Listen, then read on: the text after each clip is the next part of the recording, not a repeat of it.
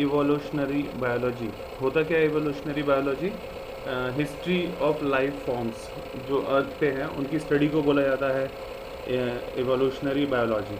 Evolution जो है life का अर्थ पे अलग अलग टाइम पे मतलब बहुत सारी चीज़ों में होते रहा है, प्लांट्स में भी होते रहा है, एनिमल्स में भी होते रहा है। इवोल्यूशन का मतलब क्या होता है? एक चेंज। और ये चेंज होने के लिए 1 या 2 दिन में नहीं हो जाता चेंज। इस चेंज को होने के लिए लाखों करोड़ों साल लगते हैं, मिलियन ऑफ ईयर्स लगता है। फॉर एग्जांपल माना जाता है जिराफ का जो स्ट्रक्चर था पहले देखने में, वो पहले कुत्ते जैसा था। फिर धीरे धीरे जो है क्लाइमेट में चेंज आया, पेड़ों में पत्ते बहुत ऊपर ऊपर होने लग गए। उसके बाद ऐसे करते करते करते करते धीरे उसकी गर्दन लंबी होती रही और जिराफ की गर्दन बहुत लंबी हो गई। एक थ्योरी ये भी कहती है, पर कुछ लोग जो है इस थ्योरी से ताल्लुक़ नहीं रखते। वो बोलते हैं अच्छा ऐसे ऐसे करते रहेंगे, जब मर ही गए तो फिर मर गए तो दोबारा फिर कैसे हो गए, है ना। तो ओरिजिन ऑफ लाइफ सबसे पहले इसमें है। ओरिजिन ऑफ लाइफ को कंसिडर किया जाता है कि कोई भी यूनिक इवेंट हिस्ट्री में या इस यूनिवर्स में, इसमें बहुत सारे क्लस्टर ऑफ गैलेक्सीज़ हैं और गैलेक्सी जो है वो क्या बनाता है? यूनिवर्स पूरे मतलब सबसे छोटा क्या चीज़ है? मान लो अर्थ है। अर्थ किस में है? सोलार सिस्टम में। सोलार सिस्टम किस में प्रेजेंट है? गैलेक्सी में। और गैलेक्सी किस में प्रेजेंट है? यूनिवर्स में। हमारे गैलेक्सी का क्या नाम है? आकाशगंगा। आकाशगंगा नाम है। और ऐसे इस पूरे यूनिवर्स में 10⁻22 लगभग इतने यूनिवर्स हैं, लेकिन हमें अभी एक के बारे में भी कंप्लीट इन्फॉर्मेशन नहीं है। मतलब अभी हमारा नॉलेज का जो फील्ड है वो बहुत ही ज़ीरो से भी कम है। अगर मैं कहूँ तो सोचो 10⁻22 इतने यूनिवर्स है इस पूरे मतलब सृष्टि में जहाँ पे भी, लेकिन उसमें से हम सिर्फ अपने सोलार सिस्टम के बारे में ढंग से नहीं जानते। अभी अगर कोई पूछे तो उन सभी ने अलग अलग थ्योरी दी है। नॉलेज किसी को भी नहीं है ब्लैक होल के बारे में, ड्वार्फ स्टार के बारे में भी हम बस जो है अपनी अपनी थ्योरी देते रहते हैं। मतलब अभी प्रूफ नहीं है किसी चीज़ के बारे में। हेलिस कॉमेट के बारे में भी जो है वो हर 76 ईयर्स बाद दिखता है, तो एक बार ही स्टडी कर सकते हैं। जब वो दिखता है तो फिर गायब हो जाएगा, तो फिर दिखेगा वो 76 ईयर्स। तो हम बोल सकते हैं लाइफ टाइम में कोई एक ही इंसान उसके बारे में एक बार में पढ़ाई कर सकता है। फिर अगले बार उस चीज़ के बारे में जो पढ़ाई करेगा वो इंसान नहीं करेगा। कर भी सकता है अगर 100 साल की उम्र है तो थोड़ा थोड़ा, लेकिन फिर मतलब एक जनरेशन मैक्सिमम, क्योंकि एवरेज लाइफ स्पैन इंडिया में 60 to 70 ईयर्स है। अच्छा, उसके बाद यूवी रेज जो सन से आता है वो स्प्लिट हो जाता है, स्प्लिट कर देता है वाटर को। किस में करेगा स्प्लिट वाटर को? हमें पता है हाइड्रोजन और ऑक्सीजन में करेगा। और लाइफ जो है माना जाता है हर 500 मिलियन ईयर्स के बाद अर्थ का फॉर्मेशन होता है। इसी का थोड़ा बहुत दिखाया था मूवी में। मूवी था 300, जो उसमें 400 साल बाद फिर से जन्म लेता है, पूर्ण जन्म होता है उसका। तो एक्चुअल में 400 नहीं था, 500 मिलियन ईयर्स के बाद अर्थ अपना रूप फिर से चेंज करता है, कुछ ना कुछ हो जाता है। ठीक है। कुछ साइंटिस्ट बिलीव करते हैं कि लाइफ जो है वो दूसरे प्लैनेट से आया। ठीक है, उसको कहते थे क्या? स्पोर्स। तो माना जाता है कि जो ज़िंदगी आई धरती पे वो स्पोर्स से आई और दूसरे प्लैनेट से ट्रांसफ़र हुआ स्पोर्स अर्थ पे, और फिर हम लोग पैदा हुए। और एक थ्योरी ये भी कहती है कि लाइफ जो है वो डेड और डिकेइंग मैटर जैसे कि मड इन सब से पैदा होता है ना। और इस थ्योरी को बोला जाता है स्पॉन्टेनियस ओरिजिन। ये थ्योरी कैसे आया होगा इंसान के दिमाग में? उसने सोचा होगा कि जो चावल के डब्बे होते हैं या किसी दाल के डिब्बे होते हैं, डब्बा तो बंद रहता है लेकिन पता नहीं कीड़े कहाँ से आ जाते हैं इसके अंदर। तो उसको ध्यान में रखते हुए उन्होंने इतनी एक थ्योरी दे दी कि भाई सड़ी गली चीज़ों से, मड से भी ज़िंदगी उत्पन्न हो सकती है या कोई चीज़ न्यू बॉर्न हो सकता है। लुईस पाश्चर, ये तो हमने साइंस में भी पढ़ा है, जिसने फर्मेंटेशन का आविष्कार किया था कि दही कैसे बनता है या पाश्चराइजेशन कैसे होता है। इसी के नाम पे पढ़ा था पाश्चराइजेशन का नाम, कि दूध को 15 to 30 सेकेंड्स के लिए 70 डिग्री सेल्सियस पे गर्म करो और उसके बाद फिर अचानक से ठंडा, तो ठंडा और गर्म वाले दोनों बैक्टीरिया आपस में मर जाते हैं। ठीक है। उसके बाद उसने क्या बोला था कि life arises only from pre existing life. ये होता है पढ़ाई कि तुम्हारे बुक में दे दिया कि लुईस पाश्चर ने एक्सपेरिमेंटली प्रूव किया कि लाइफ अराइज होता है प्री एग्जिस्टिंग लाइफ से। मतलब गधे का बच्चा गधा ही होगा, इंसान का बच्चा इंसान ही होगा, घोड़े का बच्चा घोड़ा ही होगा। लेकिन अगर हम डीपली अगर तर्क करना सीखें, डिबेट या फिर कि पढ़ाई अगर याद रहना शुरू हो जाए, तो अगर 9th क्लास की बुक अगर पढ़ा है तुमने, तो उसमें जो फंडामेंटल यूनिट ऑफ लाइफ है उसमें सेल की 3 थ्योरीज थी। और वो दिया था शेल्डन ने, श्वेन ने और विर्को ने। तो ये लाइफ अराइज होता है फ्रॉम प्री एग्जिस्टिंग लाइफ, ये किसने दिया था? ये किसने दिया था? ये विर्को ने दिया था ये वाला स्टेटमेंट, लेकिन लुईस पास्चर ने उसी चीज़ को प्रूव किया। तो मतलब ये किससे प्रभावित हुआ होगा? विर्को से हुआ होगा, चाहे बुक में लिखा हो या ना लिखा हो, याद रहना चाहिए। क्यों? उसके बाद है ओपेरिन और हैल्डन। इन्होंने भी प्रपोज किया था कि इन्होंने प्रपोज क्या किया कि पहला फॉर्म ऑफ लाइफ जो है वो pre existing non living organic molecule से आया, जैसे कि आरएनए और प्रोटीन से बना है लाइफ, इन्होंने ये बोला। उसके बाद फॉर्मेशन ऑफ लाइफ जो है, उसके बाद उसकी वजह से केमिकल इवोल्यूशन हुआ, और उस टाइम पे कंडीशन ऑफ अर्थ जो था वो वहाँ पे मतलब अर्थ का टेम्परेचर बहुत हाई था, वोल्केनिक इरप्शन हुआ, ज्वालामुखी फूटे, एटमॉस्फेयर के अंदर जो था वो मीथेन था, अमोनिया था। तो फिर मिलर ने एक एक्सपेरिमेंट किया, मतलब लैब में origin of life SL Miller ने 1953 में किया, और उसने एक एक्सपेरिमेंट कंडक्ट करके शो किया कि ओरिजिन ऑफ लाइफ अर्थ पे फिजिकली इन्वायरमेंट में वो सेम होता है जैसे कि पहले हुआ करता था। तो इसने क्या किया, इसने मिलर ने जो है क्रिएट किया वैसे ही कंडीशन टेम्परेचर और प्रेशर का लेबोरेटरी स्केल में, मतलब लैब में क्रिएट किया ये सब। उसने इलेक्ट्रिक डिस्चार्ज दिया इस फ्लास्क में, और इस फ्लास्क में कौन कौन सी चीज़ें थी? मीथेन था, हाइड्रोजन था, अमोनिया था और वाटर वेपर था, और टेम्परेचर कितना मेंटेन किया? 8000 डिग्री सेल्सियस। तो उसने ऑब्जर्व क्या किया कि जब अमीनो एसिड्स बना फ्लास्क में 15 दिन के बाद, तो जब इलेक्ट्रिक डिस्चार्ज को दिया गया, जब पहले इलेक्ट्रिक डिस्चार्ज दे दिया गया, तो उसके बाद धीरे धीरे वो लोग मिलके उसमें से अमीनो एसिड्स बना, और वो अमीनो एसिड्स को बनने में कितना टाइम लगा? 15 दिन का टाइम लगा।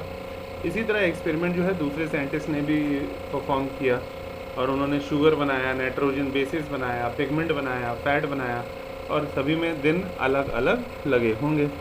तो फिर उसके बेसिस पे उन्होंने बोल दिया कि भाई इतने दिन में अगर हम कंडीशंस मेंटेन करें तो प्रोटीन बन जाता है, इतने दिन में ये बन जाता है, इतने दिन में ये बन जाता है। एक्सपेरिमेंटली जो है रिप्रेजेंटेशन मिलर एक्सपेरिमेंट का, तो पहला नॉन सेलुलर फॉर्म जो लाइफ का है ये ओरिजिनेट हुआ था 3 बिलियन साल पहले। तो इसमें वो क्या था, बड़े बड़े से मॉलिक्यूल्स जैसे आरएनए, प्रोटीन, पॉलीसेकेराइड एटसेट्रा, ये सब जो है सेलुलर फॉर्म ऑफ लाइफ जो है प्रॉब्ली सिंगल सेल से बना है, और ओरिजिनेट होता है हमेशा ही किसमें? वाटर मीडियम में, मतलब कुछ गीला गीला होगा सेल तभी मल्टीप्लाई कर सकता है। तो ये थ्योरी जो था, इसने फर्स्ट फॉर्म ऑफ लाइफ इसकी वजह से अराइज हुआ धीरे धीरे, और एवोल्यूशनरी फोर्सेस जो था नॉन लिविंग मॉलिक्यूल से, इसको बोला जाता है बायोजेनेसिस। तो इसी थ्योरी को बोला जाता है कि जितनी भी चीज़ें हैं वो धीरे धीरे लाइफ जो है अराइज हुई, और उसके लिए एक सिंगल सेल से बनी, और एक वाटर मीडियम था, और फिर जो है evolutionary forces non living molecule से लिविंग थिंग बनी, नई चीज़ें बनी। उसके बाद था एविडेंस ऑफ एवोल्यूशन, प्रूफ। तो एविडेंस जो इवोल्यूशन ऑफ लाइफ जो है वो अर्थ पे जो हुआ उसमें काफ़ी सारे प्रूफ्स दिए गए। इसमें से पहला है पैलेंटोलॉजिकल एविडेंस। पैलेंटोलॉजिकल एविडेंस मतलब क्या है? अलग अलग, मतलब ये स्टडी ऑफ रॉक होता है एक तरह से। तो अलग अलग एज के जो पत्थर के सेडिमेंट्स थे उसमें फॉसिल्स थे, अलग अलग लाइफ थी। तो उसके बेसिस पे इन्होंने बताया कि फॉसिल्स जो रिमेन है, फॉसिल्स जो है वो क्या है? Remain of hard part of life form है, जो कि पत्थरों में पाया जाता है। ये स्टडी दिखाती है कि अलग अलग फॉर्म जो है, और जो है जियोलॉजिकल टाइम, मतलब अलग अलग टाइम लगता है हर चीज़ों को बनने के लिए। इसीलिए न्यू फॉर्म्स ऑफ लाइफ जो था ये अराइज हुआ अलग अलग टाइम पे हिस्ट्री ऑफ अर्थ पे। उसके बाद है होमोलोगस ऑर्गन, ये भी हटा दिया गया था लेकिन वही सेम है 10th क्लास वाला ही, कि होमोलोगस ऑर्गन क्या होता है और एनालॉगस ऑर्गन क्या होता है। तो होमोलोगस ऑर्गन जो होता है ये एनाटॉमी की तरह ही होता है कि बाहर से देखने में कैसा लग रहा है, लेकिन जो एनालॉगस मतलब क्या होता है, मतलब देखने में अलग अलग लगेगा। तो देखने में अलग अलग लगेगा लेकिन इसका फंक्शन सेम होगा, और दूसरे वाले में क्या होगा, देखने में एकदम सेम लगेगा लेकिन फंक्शन अलग होगा। तो होमोलोगस स्ट्रक्चर जो होते हैं वो अलग अलग फंक्शन परफॉर्म करते हैं, और एनालॉगस स्ट्रक्चर जो होते हैं वो एक ही फंक्शन परफॉर्म करते हैं। उसके बाद होमोलोगस स्ट्रक्चर जो होता है वो डेवलप होता है उसी रिलेटेड एनिमल्स में, मतलब एक जैसे एनिमल्स में, और एनालॉगस स्ट्रक्चर जो होता है अनरिलेटेड, मतलब एनिमल्स अलग अलग टाइप के होंगे पर उनमें ऑर्गन्स वो चीज़ हमें देखने को मिल जाता है। तो होमोलोगस स्ट्रक्चर जो होता है इनहेरिटेड, ये कॉमन एंसेस्टर से आए हुए होते हैं। और एनालॉगस स्ट्रक्चर क्या होता है कि इनका पैटर्न जो होता है वो सिमिलर नहीं होता, मतलब ये कॉमन एंसेस्टर से नहीं आए हुए होते हैं। होमोलोगस स्ट्रक्चर ये सिमिलर डेवलपमेंट पैटर्न दिखेगा, लेकिन एनालॉगस स्ट्रक्चर में डेवलपमेंटल पैटर्न जो होगा वो एक जैसा नहीं होगा। होमोलोगस स्ट्रक्चर जो होता है वो स्ट्रक्चर और ओरिजिन में सेम होता है या सिमिलर होता है, लेकिन फंक्शन में अलग होता है। और दूसरा जो है एनालॉगस स्ट्रक्चर, वो स्ट्रक्चर एंड ओरिजिन में डिसिमिलर है, लेकिन फंक्शन उनका सेम है। ये डिफरेंस याद रखना। उसके बाद एनालॉगस स्ट्रक्चर जो होता है वो एनाटॉमिकली सिमिलर ऑर्गन होता है, लेकिन परफॉर्म करेगा similar function. For example eyes of mammal and octopus of flippers, या फिर फ्लिपर्स ऑफ पेंगुइन, या आइज मैमल्स या ऑक्टोपस का, या फ्लिपर्स जो है पेंगुइन और डॉल्फिन्स का। और ये इसके एग्जांपल हैं एनालॉगस स्ट्रक्चर का, क्योंकि सिमिलर हैबिट है।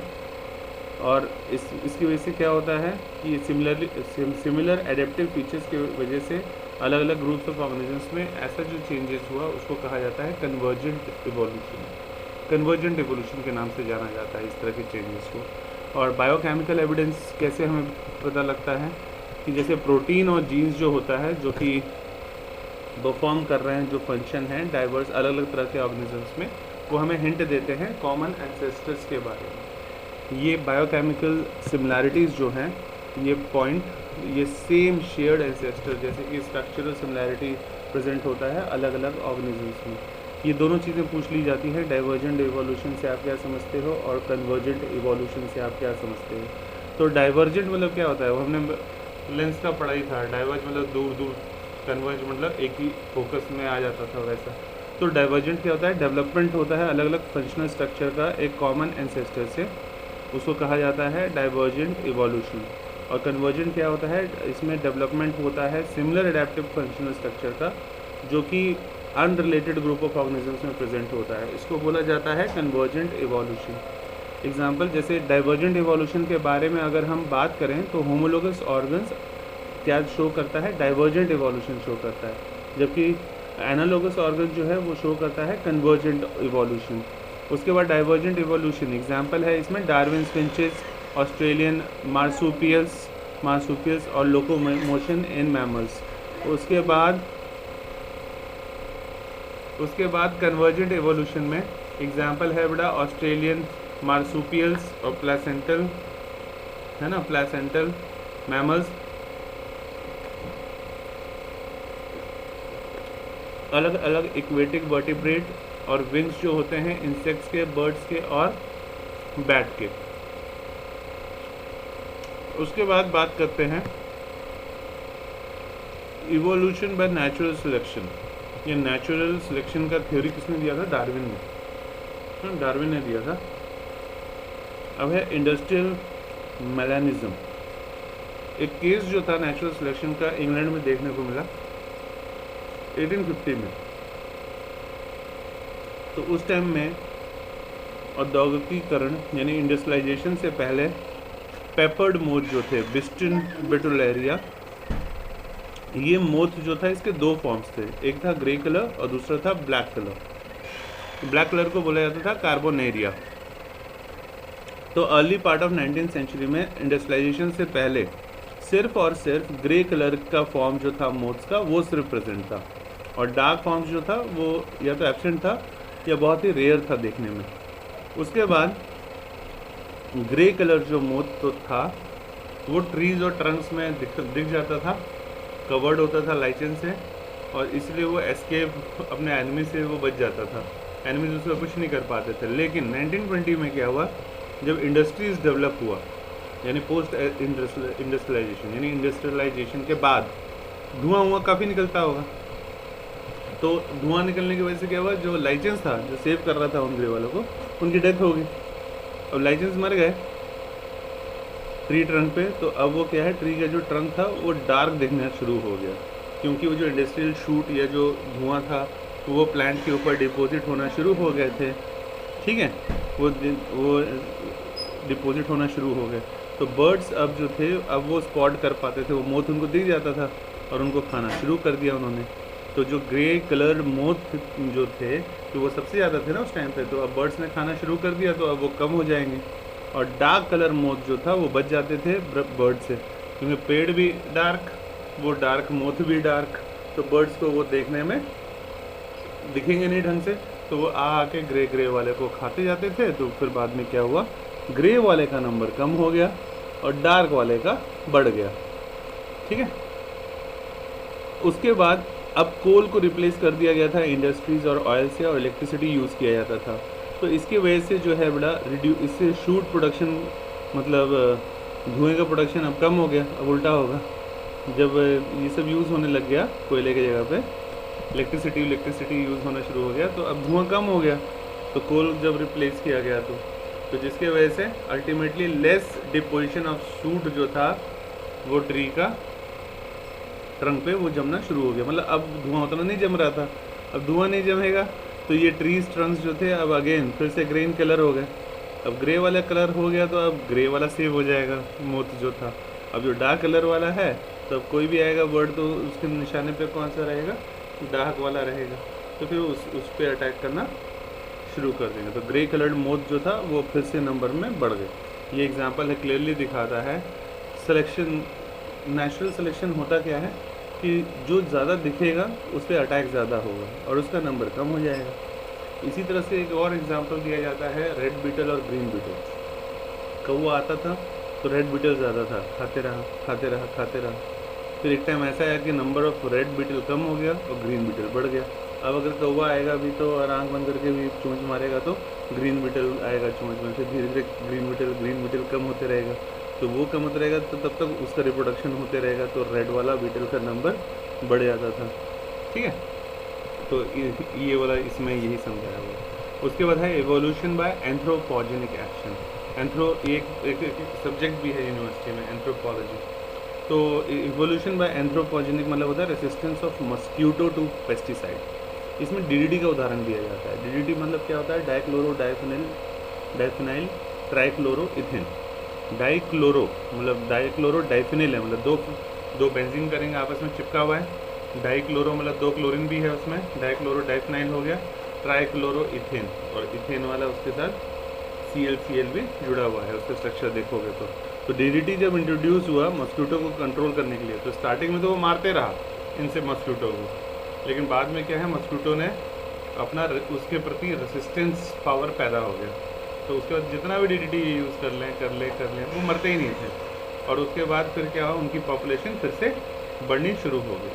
ठीक है, सेम पैटर्न ऑब्जर्व किया गया बैक्टीरिया के साथ जब मल्टी ड्रग रेसिस्टेंस शुरू हुआ ड्यू टू एक्सेस, ज़्यादा जब ड्रग्स और मेडिसिन का यूज़ हो गया।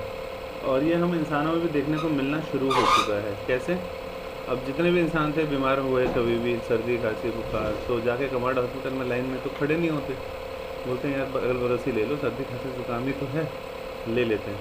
और अगर कमांड हॉस्पिटल में जाओगे तो उसमें क्या होगा, जो मेडिसिन देंगे तो उनका प्रोसीजर एकदम सही है। पहले वो थोड़ा कंसंट्रेशन वाला देते हैं, इसमें ठीक हो गया तो ठीक है, अगर बोलोगे नहीं आराम नहीं मिला सर, फिर से जाओगे तो उसके बाद फिर वो थोड़ा सा बढ़ा के देते थे केमिकल का कंसंट्रेशन या मेडिसिन का कंसंट्रेशन। फिर ठीक हो गया तो ठीक है, नहीं हुआ तो फिर जाओगे सर अभी भी ठीक नहीं हुआ तो फिर थोड़ा और बढ़ा के देंगे। ऐसे ये प्रोसीजर होता था किसी भी ह्यूमन बॉडी को ट्रीट करने का पहले। आज के डेट में किसी के पास टाइम नहीं है, क्विक चाहिए सब कुछ, तो तुरंत खाओ और ठीक हो जाओ। तो फिर हम क्या है, हम किसी भी अगल बगल वाले झोला छाप डॉक्टर के पास जाते हैं, वो क्या करते हैं सीधे 500 mg वाला दे देते हैं। अब हम खाते हैं और ठीक हो जाते हैं। फिर हमारे मन में क्या ख्याल बन जाता है, हाँ ये तो बड़ा अच्छा डॉक्टर है, खाते ठीक हो गया, और थोड़ा बेकार है। वो बेकार नहीं है बल्कि वो ठीक है, वो टेस्ट कर रहे हैं हमारी बॉडी में कि कौन कितना कंसंट्रेशन, क्योंकि हम जाके उसको पूरी इन्फॉर्मेशन देते नहीं है। हमने तब बताया उसको कि हमने बाहर से भी दवाई खाई थी। अगर ऐसे बता देंगे तो पहले से ही बढ़ा के देंगे वो, उनको पता है बाहर से जब गया है तो इनकी बॉडी के इम्यून सिस्टम से खिलवाड़ हो चुका, तो वो हम बताते नहीं हैं क्योंकि अरे बोलेगा अच्छा वहाँ क्यों गए थे। तो हम सिर्फ ये बताते हैं कि हाँ सर बीमार हैं, ये प्रॉब्लम है। इससे सही सॉल्यूशन नहीं मिलता है। इससे सही सॉल्यूशन इसलिए नहीं मिलता क्योंकि अगर हम सही इन्फॉर्मेशन नहीं देंगे तो हमारा ट्रीटमेंट भी बॉडी का वैसे ही होगा। और बाहर वाले ने अगर 500 mg दे दिया है तो दोबारा उसके बाद जब जाओगे वो कुछ नहीं करेगा, नीली हरी पीली सी गोली वो दे देगा, वो है क्या, वही चीज़ थोड़ा और दे दिया। तो अब 500 की जगह 510, 512, 515 बढ़ा के कंसनट्रेशन दे दिया। तो अब जब वो खाएगा तो इंसान बोलेगा वाह अब तो मैं ठीक हो गया, वाह ये तो डॉक्टर बहुत ही अच्छा है, क्योंकि उसने कोई जादू नहीं किया। वो ट्रीटमेंट तुम भी खुद का कर सकते हो, है ना। कभी भी जाते हैं जो झूठ मूठ का 100 रुपये, 60 रुपये, 80 रुपये का देता है, कुछ मत करो। जब ज़्यादा अगर बुखार उखार रहता है, बॉडी में वीकनेस है, वो तुमसे ज़्यादा नहीं नॉलेजेबल है, वो तुमको क्या देगा, एक एंटीबायोटिक देगा, मतलब पैरास्टिमोल या डिक्लोफेन दे देगा, या या फिर क्रोसिन दे देगा। है क्या उसमें भी पैरास्टिमोल है। उसके बाद उसके साथ में एक एंटीबायोटिक दे देगा और एक क्या दे देगा, एंटी एलर्जन दे देगा। तीनों चीज़ें दे देगा कि बॉडी में कुछ तो होगा ही, कि मतलब या तो पेन होगा, नहीं तो टेम्परेचर अप होगा, नहीं तो किसी चीज़ से एलर्जी होगा। तो हम तीनों को खा लेते हैं तो वो असर कर जाता है। वो डॉक्टर ने सही दवा दिया, कोई बड़ी दवा नहीं दिया उसने, ये तीन ही चीज़ देता है कोई भी। और ब्रॉड स्पेक्ट्रम में एंटीबायोटिक्स होता क्या है, वो एनाल्जेसिक की तरह भी काम करता है और एंटीपायरेटिक की तरह भी काम करता है। एंटीबायोटिक मतलब जो हमारे बॉडी के टेम्परेचर को कम करता है, और एनाल्जेसिक मतलब जिससे पेन किलर काम करता है। तो कई दवाइयाँ ऐसे हैं जो दोनों की तरह काम करते हैं। जैसे पैरास्टिमोल जो होता है वो दोनों की तरह काम करता है, बॉडी का टेम्परेचर भी कम करता है और पेन भी। तो ज़्यादा थोड़ा सा स्ट्रॉन्ग चाहिए तो डिक्लोफेन ले सकते हैं। डिक्लोफेन से जो होता है मसल पेन, कमर दर्द या कभी नस चढ़ जाती है तो वो सारी चीज़ें भी ठीक हो जाता है, मस्कुलर पेन भी। उसके बाद एडेप्टिव रेडिएशन क्या होता है। एडेप्टिव रेडिएशन का टर्म जो है, ये प्रोसेस ऑफ इवोल्यूशन, इसमें अलग अलग स्पीसीज़ उस एक पर्टिकुलर जियोग्राफिकल एरिया में स्टार्टिंग में एक पॉइंट से जब रेडिएट हुए दूसरे एरियाज़ में, ज्योग्राफी में, मतलब दूसरा हैबिटेट उन्होंने अगर अपना चेंज कर लिया, उसको बोलते हैं एडेप्टिव रेडिएशन। तो डार्विन फिंचेस जो था उसने रिप्रेजेंट किया कि बेस्ट एग्जांपल है एडेप्टिव रेडिएशन का, ठीक है, कि ऑस्ट्रेलियन मार्सुपियल्स। तो इसमें क्या है, हर एक जो है अलग अलग तरह का इवॉल्व हुआ था, अलग अलग पत्थर पे अलग अलग टाइप का पाया जाता था, ठीक है, जिसमें जो है ऑस्ट्रेलियन आइलैंड जो है कॉन्टिनेंट्स।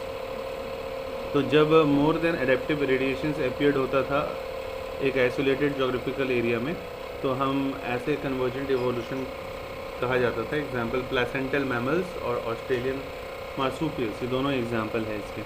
नेक्स्ट है बायोलॉजिकल इवोल्यूशन क्या होता है। नाम से ही पता लग रहा है कुछ बायोलॉजी से रिलेटेड है और इवोल्यूशन के बारे में बात हो रही है। तो नेचर सेलेक्ट करता है fittest, and fittest is based होता है कि जो अपना रूप चेंज कर सकता है, इनहेरिट कर सकता है अकॉर्डिंग टू द सिचुएशन, या अडेप्ट कर सकता है अपने आप को, वो ज़्यादा दिन तक के लिए सर्वाइव कर पाएगा। कुछ ऑर्गेनिजम्स जो हैं वो बेटर अडॉप्ट करते हैं सर्वाइव करने के लिए अदरवाइज हॉस्टाइल इन्वायरमेंट में। उसके बाद लेमार्क ने क्या कहा कि एवोल्यूशन ऑफ लाइफ जो है फॉर्म, वो हुआ अलग अलग डिसयूज़ ऑफ द ऑर्गन का अलग अलग जैसे जैसे यूज़ होते रहा उस हिसाब से अडेप्ट होते रहा। उसने एग्जांपल दिया जिराफ का, जो कि उसके जो मैंने पहले बताया था कि उसकी नेक जो थी बहुत छोटी थी, लीव्स खा लेती थी, लेकिन बाद में ट्रीज काफ़ी टॉल हो गए, तो उन्होंने धीरे धीरे अपने आप को अडेप्ट कर लिया और उनकी जो गर्दन थी वो लंबी हो गई। ये लेमार्क ने बोला। इसी को कहा जाता है बायोलॉजिकल इवोल्यूशन, और इसमें लाखों करोड़ों साल लगते हैं। उसके बाद है डार्विन्स ने थ्योरी जो दिया था नेचुरल सिलेक्शन का, ये बेस था कुछ ऑब्जर्वेशन, जैसे कि लिमिटेड नेचुरल रिसोर्सेज के कारण, या ज़्यादा पॉपुलेशन हो गया है ओवर पॉपुलेशन के कारण, या कंपटीशन हो गया है उस रिसोर्सेज के लिए, उसके कारण जो चेंजेस हुआ, या स्ट्रगल फॉर एग्जिस्टेंस हुआ, या सर्वाइवल फॉर द फिटेस्ट हुआ, इन सब के कारण। उसके बाद है स्ट्रगल फॉर एग्जिस्ट करने के लिए काफ़ी लोग स्ट्रगल करते हैं। कौन स्ट्रगल करते हैं? जो अपनी body according to the situation adept नहीं कर सकते। दूसरा है सर्वाइवल फॉर द फिटेस्ट, जो सबसे फिट रहेगा वही सर्वाइव करेगा। ये धरती जो घूम रही है बहुत तेज़ी के साथ घूम रही है, और जब ये धरती घूमती है तो आग बरसाती है, लेकिन इस आग में जो अपने आप को तप सकता है वही सोना बन सकता है, बाकी सब कोयला। उसके बाद मैकेनिज़्म, कैसे इवोल्यूशन होता है, तो ह्यूगो डी व्राइस इसका काम बेस था इवोल्यूशन प्रेमिसेस, जो कि फोर्थ आइडिया इसी ने लेके आया कि आइडिया ऑफ म्यूटेशन मतलब होता है चेंज। तो म्यूटेशन एक लार्ज डिफरेंस अराइज होता है किसी भी पॉपुलेशन में। तो म्यूटेशन जो है वो रैंडम होता है और डायरेक्शनलेस होता है, जबकि डार्विन का वेरिएशन जो था वो बहुत स्मॉल था और एक ही डायरेक्शन में था, जिसको बोलते हैं डायरेक्शनल था। उसके बाद ह्यूगो डी व्राइस बिलीव था कि भाई म्यूटेशन जो है इसके कारण जो है स्पेसिएशन होता है, मतलब नई नई स्पीसीज़ बनती है, और इसलिए उसने क्या बोला, साल्टेशन, तो सिंगल स्टेप्स, ठीक है। उसके बाद ये तीनों जो अभी अभी समझाया, ये टेबुलर फॉर्म है, चाहो तो ऊपर से पढ़ सकते हो, या फिर नीचे जो है डिफरेंस अमंग लेमार्किज्म, डॉर्निज्म और म्यूचुएशन थ्योरी, इसको यहाँ पे इस यहाँ से भी पढ़ के आराम से याद कर सकते हो। टेबुलर फॉर्म में याद करना इजी होता है एज़ कम्पेयर टू कहानी, है कि नहीं।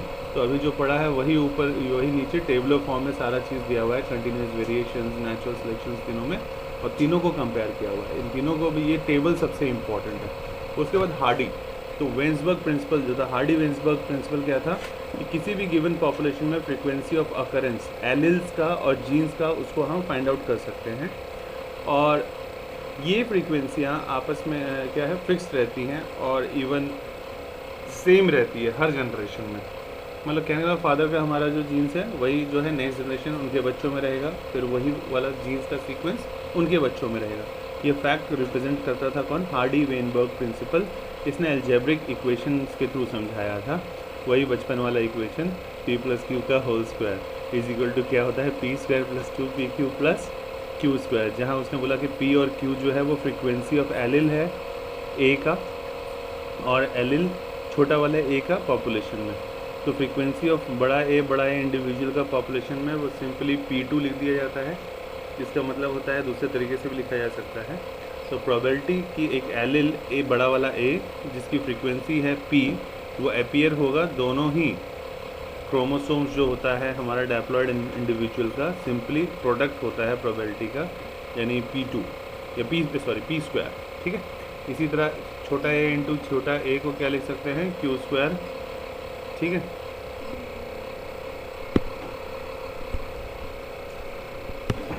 उसके बाद फैक्टर जो अफेक्ट करते हैं हार्डी वेन्सबर्ग इक्विलिब्रियम को, ये भी एग्जाम में अक्सर आ जाता है। तो इसमें कौन कौन से फैक्टर्स हैं, जीन माइग्रेशन है या जीन फ्लो है, जेनेटिक ड्रिफ्ट है, म्यूटेशन है, जीन्स का रिकम्बिनेशन है, और नेचुरल सिलेक्शन है। तो जब जेनेटिक ड्रिफ्ट होता है, ड्रिफ्ट मतलब क्या होता है, शिफ्ट होना, जीन्स का एक तरफ से दूसरी तरफ शिफ्ट होना, तो कभी कभी चेंजेस जो होता है एलिल्स में फ्रीक्वेंसी में वो अलग तरीके से होता है सैम्पल पॉपुलेशन में, तो वो क्या होता है, अलग स्पीसीज़ बन जाता है, और ओरिजिनल ड्रिफ्टेड पॉपुलेशन जो होता है वो फाउंडर बन जाता है, और ये इफ़ेक्ट जो है वो कहलाता है फाउंडर इफेक्ट। तो ब्रीफ अकाउंट ऑफ इवोल्यूशन के बारे में बात करें तो लगभग 2000 मिलियन साल पहले सेलुलर फॉर्म ऑफ लाइफ इस धरती पे प्रकट हुआ था। धीरे धीरे जो है सिंगल सेल ऑर्गेनिजम्स वो मल्टी सेलुलर फॉर्म बन गया, ठीक है। उसके बाद लगभग 500 मिलियन इन्वर्टिब्रेट्स बने और एक्टिव हुए। जॉलेस, बिना जॉ के जो फिशेस थी वो माना जाता है लगभग 350 मिलियन ईयर्स पहले पैदा हुए। ऑर्गेनिजम्स जो स्टार्ट किए पानी से ज़मीन की तरफ आना, तो फिश जिसमें स्टाउट और स्ट्रॉन्ग फिन्स थे वो धीरे धीरे मूव करते रहे और उसके बाद वो लैंड पे आए और उसके बाद वहाँ से दोबारा पानी में भी गए। इन एनिमल्स को बोला जाता है लोब फिन्स, जो कि इवॉल्व हुए थे सबसे पहले, मतलब दुनिया के सबसे पहले एम्फीबियंस कौन था, लोब फिन्स। बाद में ये एम्फीबियंस जो थे वो इवॉल्व हुए, मतलब वो किस में चेंज हो गए एम्फीबियंस, रेप्टाइल्स में, और ये क्या है, शेल्ड वाले अंडे देना शुरू कर दिया इन्होंने। उसके बाद ये रेप्टाइल जो थे अलग अलग शेप के और साइज़ के, ये अर्थ पे डोमिनेट किए, जैसे फिश, जैसे रेप्टाइल, इसमें कौन सा था, इसमें था इस्थियोसॉर्स, और लैंड रेप्टाइल कौन सा था, डायनासोर्स। ये बिगेस्ट था उस टाइम का, उसका नाम क्या था, इसमें देखा होगा वो आईपैड में, ये टाइनोसॉरस रेक्स, बड़ा सा डायनासोर था, ठीक है। ये इवॉल्व हुआ था सबसे पहले, एम्फीबियन से लैंड पे आया था। तो कुछ रेप्टाइल्स जो है वो इवॉल्व हुए, क्या मतलब किस में चेंज हो गए, कुछ रेप्टाइल्स बर्ड्स में, और जबकि कुछ किस में चेंज हो गए, मैमल्स में। मैमल्स जो थे वो विविपैरस थे। विविपैरस का मतलब क्या होता है, ये बच्चे देते थे, और ज़्यादा इंटेलिजेंस जो था उनमें सेंस होता था, और डेंजर से अवॉइड करने में, डेंजर से बचने के लिए।